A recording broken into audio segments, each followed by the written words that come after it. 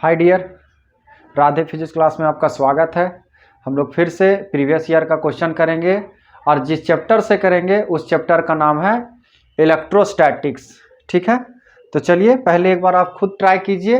ठीक है, क्वेश्चन देख लीजिए, खुद से ट्राई कीजिए, है ना। क्वेश्चन ट्राई कीजिए, उसके बाद सॉल्यूशन देखिए। जहाँ आप फंस रहे हैं वहाँ पे देखिए, या फिर आप जो सोचे हैं, आप जिस तरह से बनाए हैं और मैं जो सॉल्व करूंगा वो दोनों को मिलाइए। ठीक है, तो चलिए एक एक करके क्वेश्चन हम लोग करते हैं। पहला क्वेश्चन पढ़िए। पहला क्वेश्चन में लिखा हुआ है ए पॉजिटिवली चार्ज बॉडी हैज। ठीक है, ए पॉजिटिवली चार्ज बॉडी हैज कहने का मतलब ये हुआ कि कोई बॉडी अगर पॉजिटिव चार्ज होगा, ठीक है, तो उसमें से इस ऑप्शन में से कौन सा ऑप्शन सही होगा। ठीक है, तो थोड़ा सा मैं आपको थ्योरी समझाता हूँ। कोई भी बॉडी को अगर चार्ज होना होता है तो या तो वहां से इलेक्ट्रॉन निकलता है या तो उसमें इलेक्ट्रॉन आता है। इसका मतलब यह हुआ कि उस बॉडी में या तो इलेक्ट्रॉन का संख्या घटेगा या तो इलेक्ट्रॉन का संख्या बढ़ेगा।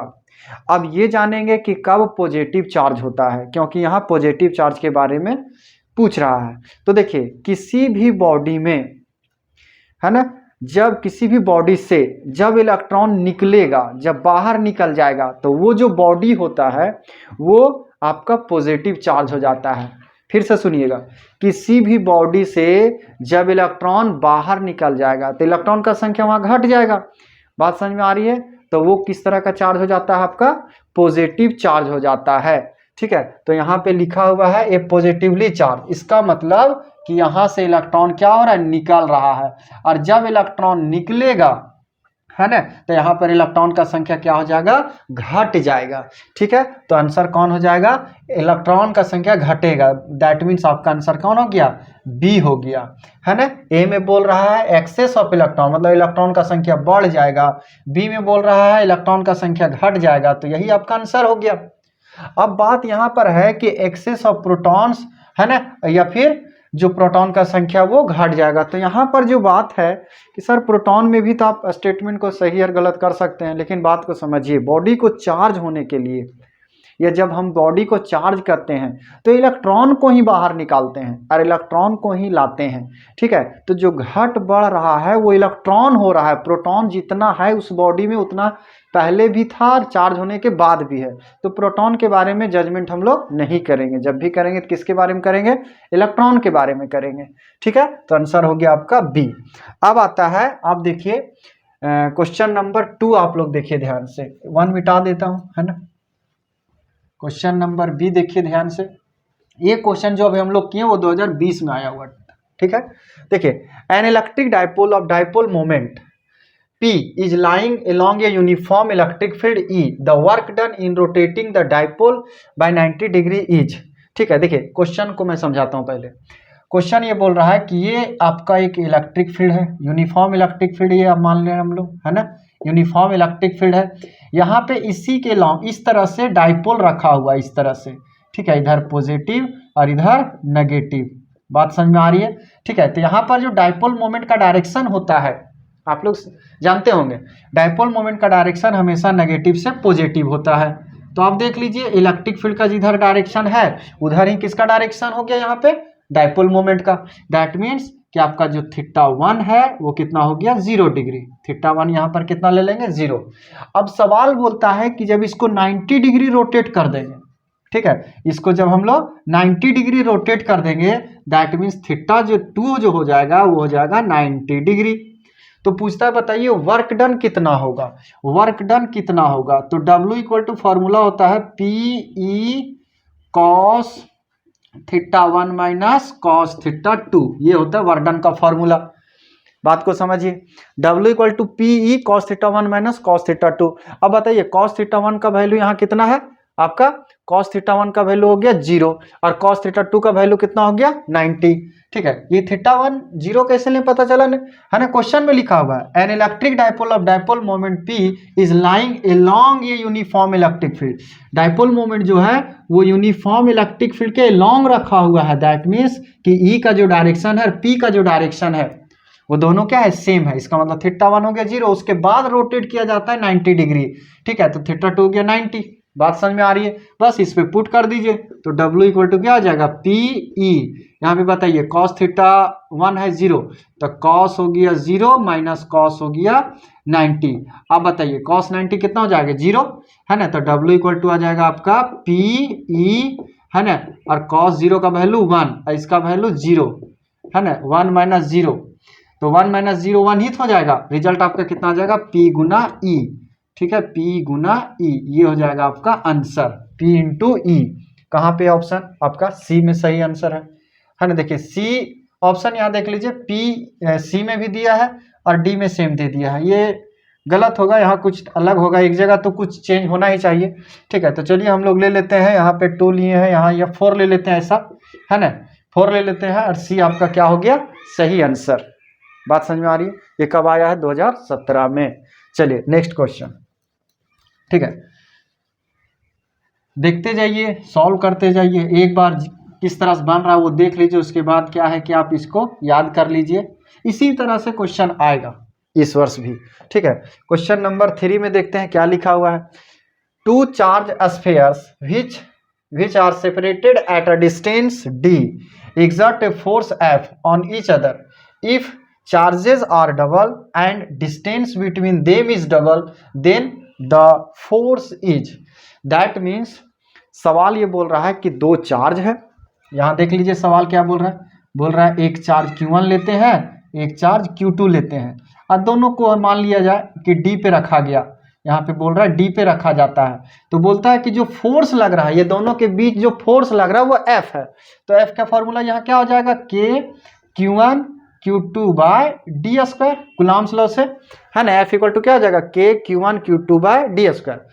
ठीक है, ये तो इन्फॉर्मेशन दिया हुआ है। अब बोलता है क्वेश्चन, अब ये पूछ रहा है कि अगर चार्ज को डबल कर दिया जाए, चार्ज को डबल दैट मीन्स कि Q1 डैश जो होगा वो उसको कर दिया जाए 2Q1, और Q2 डैश जो होगा इसको भी कर दिया जाए 2 गुना, दैट मीन्स 2Q2, और जो डिस्टेंस है, ये जो D दिया हुआ है, सेपरेशन जो है उसको भी डबल कर दिया जाए, मतलब D डैश जो हो जाएगा वो हो जाएगा 2D। ठीक है, दैट मीन्स चार्ज को डबल कर दिया जाए, दोनों चार्ज को डबल कर दिया जाए और डी को भी डबल कर दिया जाए, तब बताइए ये दोनों के बीच फोर्स कितना लगेगा।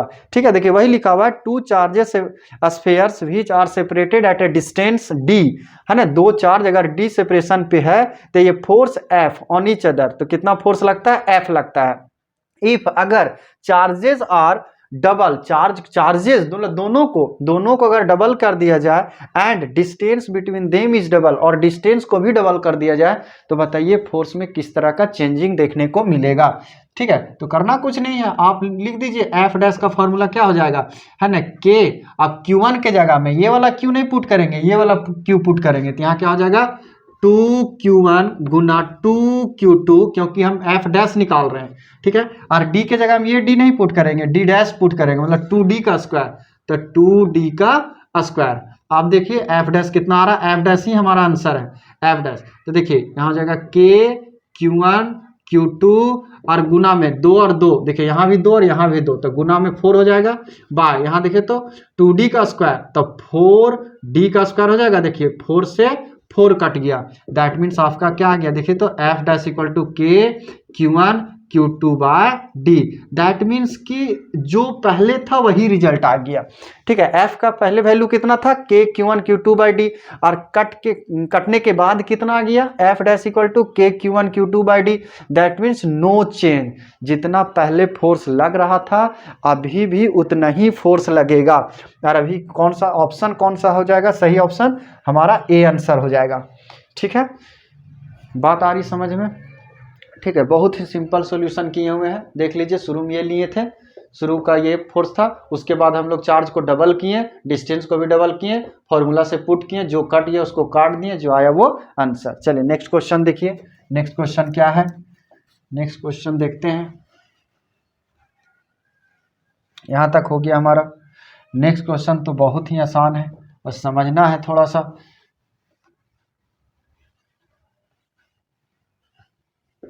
चलिए, बोल रहा है ए गॉसियन सरफेस, क्वेश्चन पढ़ते हैं पहले समझते हैं। A Gaussian surface enclosed an electric dipole within it the total flux across the surface is, देखिए बोल रहा है गॉसियन सरफेस है, इसमें एक इलेक्ट्रिक डाइपोल रखा गया। इलेक्ट्रिक डाइपोल, डाइपोल हम लोग समझते हैं क्या होता है, एक पॉजिटिव चार्ज और एक नेगेटिव चार्ज जिसका मैग्नीट्यूड सेम हो, डाइपोल किसे कहते हैं, ऐसा सिस्टम जिसमें एक पॉजिटिव चार्ज हो एक नेगेटिव चार्ज हो और दोनों का मैग्नीट्यूड सेम हो और ये स्मॉल डिस्टेंस पे सेपरेटेड हो, तो इसी सिस्टम को क्या कहते हैं, इलेक्ट्रिक डाइपोल। बोलता है ये अगर गॉसियन सरफेस के अंदर है तो बताइए इससे जो बाहर फ्लक्स निकलेगा, इलेक्ट्रिक फ्लक्स जो निकलेगा बाहर, इधर जो फ्लक्स निकलेगा दैट मीन्स फ्लक्स का वैल्यू कितना होगा, यही सवाल है। ठीक है, तो चलिए लगाते हैं गॉस लॉ। गॉस लॉ में क्या पढ़े हम लोग कि according to Gauss law q enclose by epsilon naught, q enclose by epsilon naught flux का वैल्यू निकलेगा, है ना। तो बताइए इसके अंदर टोटल चार्ज कितना है, क्यू इनक्लोज कितना है, तो प्लस क्यू और माइनस क्यू, है ना। चार्ज का value same but nature opposite, तो एक plus Q minus Q, charge का वैल्यू सेम लिए बाय एप्सिलॉन नॉट, प्लस और माइनस होके जीरो हो गया, जीरो बटा epsilon not, that means answer कितना हो गया, जीरो। कौन सा आंसर है, डी, डी आपका करेक्ट आंसर है। बोलिए बात आ रही समझ में, ठीक है। अब देखिए आपका जो क्वेश्चन नंबर 5 दिख रहा है वो एक अच्छा न्यूमेरिकल है, उसको भी समझ लीजिए ढंग से, 2019 में आया हुआ है क्वेश्चन।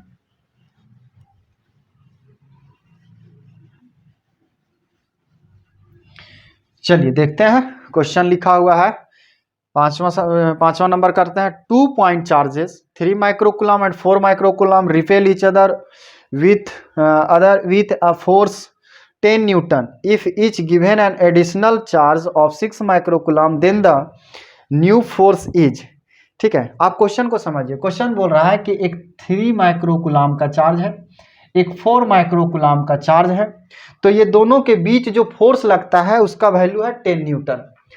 3 माइक्रोकुलाम और 4 माइक्रोकुलाम मिला के जो फोर्स लगाते हैं उसका वैल्यू कितना है, 10 न्यूटन। दैट मीन्स ऐसे मान लेते हैं कि 3 माइक्रोकुलाम और 4 माइक्रोकुलाम जो है वो डी डिस्टेंस पे है या आर पे मान लेते हैं हम लोग कि ये आर पे है, तो यहाँ पे जो फोर्स लग रहा है F1 निकाल लेते हैं हम लोग, है ना। F1 यहाँ क्या हो रहा है बताइए, तो ये जो हो जाएगा K गुना 3 माइक्रोकुलाम गुना 4 microcoulomb divide by r square.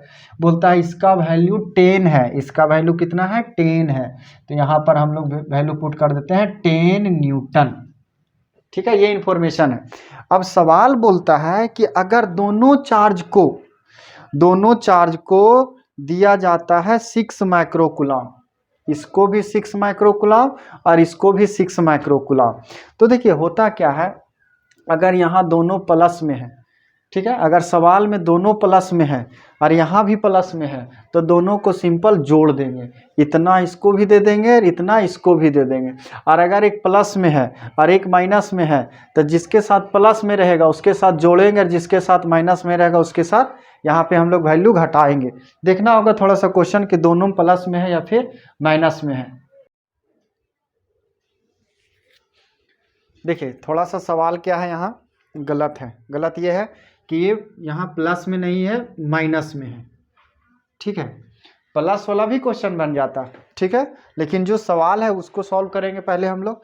ठीक है, तो अब ये हो गया। देखिए क्वेश्चन में क्या था, 3 माइक्रोकुलाम 4 माइक्रोकुलाम एक डिस्टेंस पे रखा गया, तो दोनों पे फोर्स कितना लग रहा है, 10 न्यूटन। ठीक है, अब सवाल में बोला जाता है कि अगर -6 माइक्रोकुलाम दोनों को दिया जाए उसके बाद जो न्यू चार्ज उसके ऊपर होगा तो वो दोनों के बीच फोर्स कितना लगेगा। ठीक है, तो चलिए सॉल्व करते हैं। सोचिए यहाँ है +3 में और यहाँ -6, तो जब +3 को -6 दिया जाएगा तो बचेगा कितना इसके पास, -3 माइक्रोकुलाम बच जाएगा। बात आ रही समझ में। और यहाँ पे +4 है, -6 दिया जाएगा तो कितना बचेगा, -2 माइक्रोकुलाम बच जाएगा फाइनल। और डिस्टेंस सेम लेना है, आर पे ही रखा जा रहा है, तो बताना है कि अब बताइए ये दोनों पे फोर्स कितना लगेगा। ठीक है, रिपल्सन लगेगा क्योंकि माइनस माइनस यहाँ दोनों है तो रिपल्सन लगेगा, यहाँ पर भी रिपल्सन लगेगा क्योंकि यहाँ दोनों प्लस प्लस है। ठीक है, तो वो नहीं बताना है, अट्रैक्शन या रिपल्सन लगेगा कितना वो बताना है। तो चलिए इसी तरह फॉर्मूला लगाते हैं, F2 = क्या हो जाएगा, K गुना चार्ज कितना है 3 माइक्रोकुलाम, यहाँ कितना है 2 माइक्रोकुलाम और डिवाइड कितना R स्क्वायर। बात समझिए, है ना। देखिए यहाँ माइनस हम नहीं लिखे, यहाँ भी माइनस नहीं लिखे, क्यों, क्योंकि माइनस जो है वो सिर्फ नेचर बताता है कि फोर्स अट्रैक्शन होगा या रिपल्सन होगा। फोर्स निकालने वक्त माइनस में लिखने की जरूरत नहीं है, ठीक है। तो ये फोर्स हमको चाहिए, ये इक्वेशन 2 ले लेते हैं हम लोग, इक्वेशन 2 हो गया, ये इक्वेशन 1 हो गया हमारा। अब क्या कीजिए, 1 को 2 से डिवाइड कर दीजिए, है ना। यहाँ पे क्या करेंगे, 1 को डिवाइड कर देंगे 2 से, तो बताइए 1 कितना है ऊपर में, k गुना 3 माइक्रोकुलाम गुना 4 microcoulomb divide by r square, और डिवाइड किससे कर देंगे, इससे क्या हो जाएगा, k गुना 3 माइक्रोकुलाम गुना 2 microcoulomb divide by r square. तो पहले तो आर स्क्वायर से आर स्क्वायर कट गया, k से k कट गया, 3 माइक्रोकुलाम से 3 माइक्रोकुलाम कट गया, 2 माइक्रोकुलाम से 4 माइक्रोकुलाम 2 बार में कट गया। तो क्या हो गया बताइए, तो बचा क्या हमारे पास, F1 बाय F2, जिसका वैल्यू आ रहा है, ऊपर में क्या बचा, सिर्फ और सिर्फ 2, तो ऊपर हो गया 2, और नीचे क्या बचा, नीचे जो हमारा बचा वो बचा 1, कुछ नहीं बच रहा है नीचे, तो 1 बच रहा है। तो क्या हो जाएगा रिजल्ट बताइए, F1 का वैल्यू बताइए यहाँ से, F1 का 10, तो 10 by F2 equal to 2 by 1, cross multiply कीजिए तो हो जाएगा 2F2 इक्वल टू 10, ऐसा हो जाएगा 2F2 इक्वल टू 10। तो बताइए F2 इक्वल टू कितना आ गया, 10 बाय 2, दैट मीन्स 5 न्यूटन। आपका आंसर कौन सा है, 5 न्यूटन। बोलिए, बात आ रही समझ में, 5 न्यूटन। तो ये हो गया इलेक्ट्रोस्टैटिक्स का जो भी क्वेश्चन था वो सारा हो गया। इलेक्ट्रोस्टैटिक्स तक मतलब इलेक्ट्रोस्टैटिक चैप्टर से जितना क्वेश्चन आया हुआ था वो क्वेश्चन हो गया है, ठीक है। हम लोग नेक्स्ट वीडियो में कैपेसिटर और इलेक्ट्रिक करंट इसी तरह चैप्टर बाय चैप्टर करते जाएंगे। आप लोग वीडियो देखते जाइए और सीखते जाइए, ठीक है। Thank you.